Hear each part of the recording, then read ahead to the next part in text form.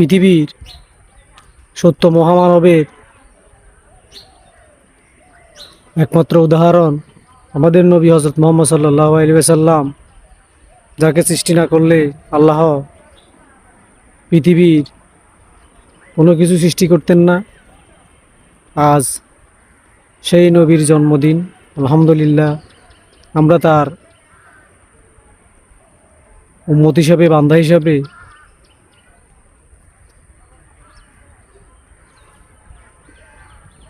আল্লাহ থেকে প্রেরিত আল্লাহ নবী হযরত মুহাম্মদ সাল্লাল্লাহু আলাইহি সাল্লামের উম্মত হিসেবে আমাদের সৃষ্টি করেছেন। আমরা আল্লাহর গুনাহগার বান্দা। এই নবী সৃষ্টি না হলে পৃথিবীর কোনো কিছু সৃষ্টি হতো না।